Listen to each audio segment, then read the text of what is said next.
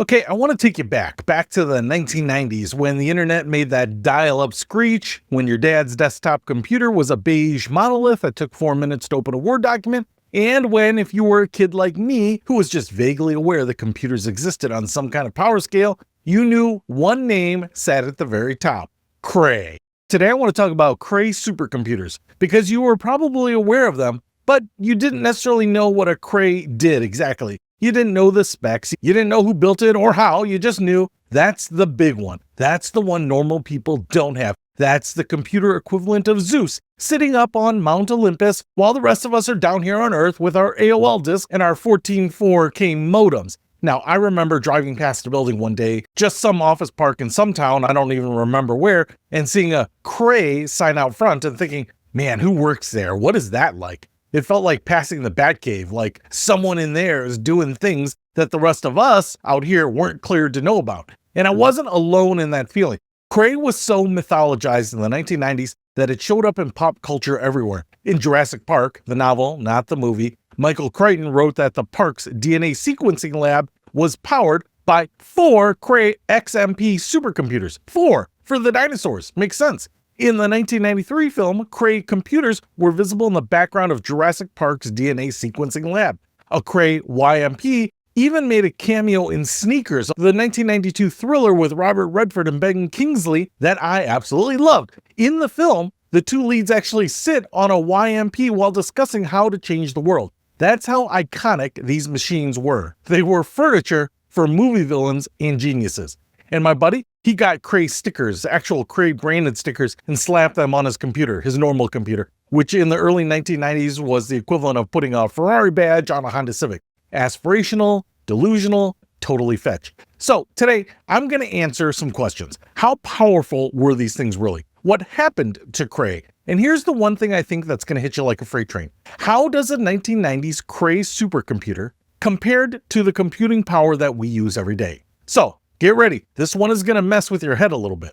First, let's talk about the guy who made this whole thing possible, because Seymour Cray deserves his own Netflix series, and the fact that he doesn't have one is probably a crime to computing history. The history of supercomputing goes back to the 1960s, when a series of computers at the Control Data Corporation were designed by Seymour Cray using innovative designs and parallelism to achieve superior computational performance. The man was obsessed, laser focused on one goal: build the fastest computer in the world. Not one of the fastest every time. The Cray 1 was the world's fastest supercomputer from 1976 to 1982. It measured 8.5 feet wide by 6.5 feet tall and contained 60 miles of wire. In one machine, I can barely manage the cables behind my TV, and this man hand-engineered 60 miles of wire into a cylinder the size of a phone booth. Show some respect to the man. That cylinder shape, by the way, wasn't for aesthetics, though it did look absolutely crazy incredible, like something out of a sci-fi movie. It was an engineering choice. The shorter wire means a faster signal. Cray made the whole machine cylindrical to minimize the distance electricity had to travel. The man thought of everything. The company originally expected to sell perhaps a dozen of these machines, but ultimately over 80 Cray 1s were sold, priced from $5 to $8 million each. $5 to $8 million per machine in the 1970s and 80s, and they sold 80 of them. So when I drove past that Cray office building and thought, that seems cool, yeah, that was an $8 million per unit operation, and I was not on the guest list. All right, now here's where we get into the numbers, and I promise I'm going to make these relatable because raw specs are boring until you compare them to something you actually know. Computers measure processing power in something called flops, floating point operations per second. The more flops, the more the machine can calculate, simulate, and process all at once.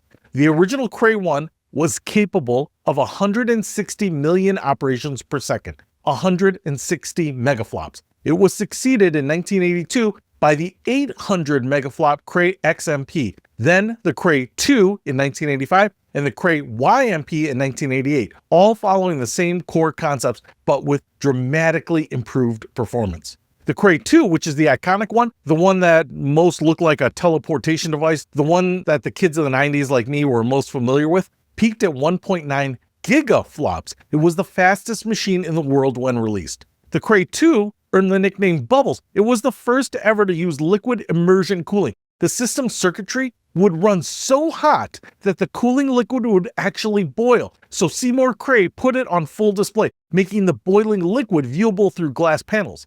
It consumed between 150 and 200 kilowatts of power. For reference, that's roughly what it takes to power 150 average American homes, just to run one computer.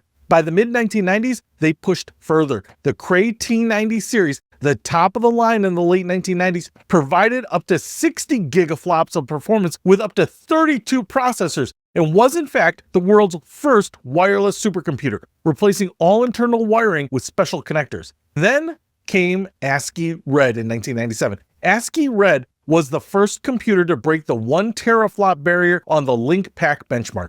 Later upgrades pushed it past 2 teraflops. It occupied over 1,500 square feet and required about 850 kilowatts of power. It was considered a monumental achievement in computational physics. 1,500 square feet. That is a nice-sized apartment or modestly sized home, filled entirely with a computer, requiring 850 kilowatts of power to run. And this was the pinnacle of what human beings had ever built, the apex, the absolute zenith of computing capability. Are you ready for the comparison? I want you to reach into your pocket and look at the phone sitting right next to you. That thing, that rectangle, that little glass slab that you use to watch TikToks and ignore emails, a modern smartphone, something like an iPhone 15 Pro with an Apple A17 chip or a flagship Android device, can achieve performance levels of around 2 teraflops. In raw terms, that makes your smartphone roughly 1,000 times faster than the Cray 2. 1,000 times faster, and it fits in your pocket and costs about $1,000. And the Cray 2 cost $16 million in today's money and needed a dedicated room with its own liquid cooling system. It gets worse or better depending on how you look at it. An iPhone 16 Pro Max has the computing power equivalent to ASCI Red, which was the fastest supercomputer in the entire world in 1999. Think about what ASCI Red was used for. It was a US government machine, part of the Accelerated Strategic Computing Initiative, used to model and simulate nuclear stockpile reliability without live detonations. It was used to model physics at the atomic level, filled an entire building. It had its own dedicated power infrastructure. And the iPhone in your pocket does that while running Instagram, while also giving you turn-by-turn directions, while also playing music simultaneously. Here's another one that broke my brain. The iPhone's A14 chip, a chip from a few years ago, has the combined computing power of all 500 of the world's top supercomputers combined from 1997. Not one supercomputer from 1997,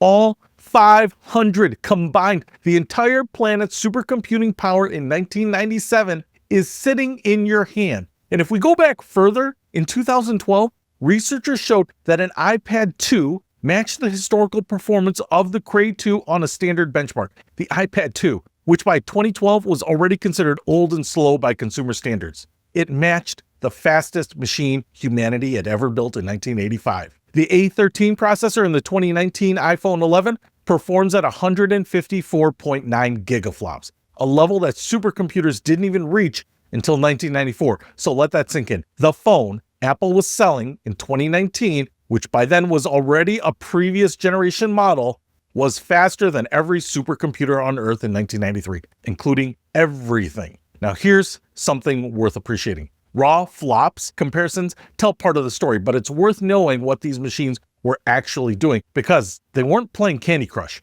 Crays were used for nuclear weapon simulation, for modeling behavior of fluids and atmospheres, for weather forecasting, for code breaking by the NSA, for astrophysics research at places like Los Alamos, Lawrence Livermore, and Sandia National Laboratories. A Cray XMP system was used to generate images for The Last Starfighter, one of the first films to use computer-generated imagery. Groundbreaking for 1984. Today, your phone renders better graphics than that in real time just running maps. Today, Cray Supercomputers power over 80% of the world's global weather centers, perform a vital upstream exploration in the energy industry, design and test cars from Formula One racers to family sedans, and they help research centers around the world achieve scientific breakthroughs. The vector processing architecture of the Cray machines was genuinely specialized. It wasn't just raw speed, it was the right kind of speed for scientific calculations. These machines were optimized for exactly the kinds of math that nuclear physicists and atmospheric scientists needed to do. So, while your iPhone technically beats a Cray 2 in flops,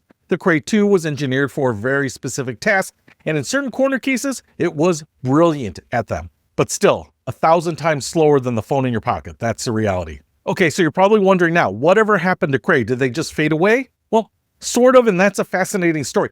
Cray designs dominated the supercomputing market until the early 1990s, when a supercomputer market crash occurred.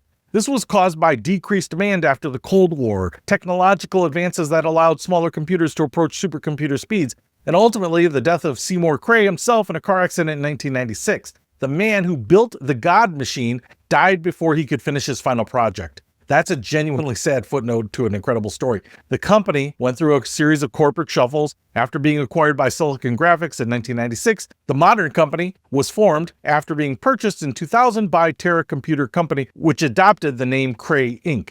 They kept building supercomputers, they kept winning contracts, they kept pushing the frontier, but the brand never regained its pop culture and mythological status from the 80s and 90s. And then, in 2019, the final chapter. On September 25th, 2019, Hewlett Packard Enterprise acquired the company for $1.3 billion, strengthening its position in high-performance computing and artificial intelligence markets. So, Cray still exists, just under the HPE umbrella now. The most recent Cray supercomputer, the HPE Cray EX, is capable of performing up to 415 quadrillion operations per second. 415 quadrillion. The original Cray 1 did 160 million. That's an improvement factor of roughly 2.6 billion in about 45 years. So what's the point of all this? Why does any of this matter? Because I think we've completely lost our sense of scale when it comes to tech. We complain when our phones take 2 seconds to load a page. We're frustrated that a video renders in a minute instead of 30 seconds. We take for granted this device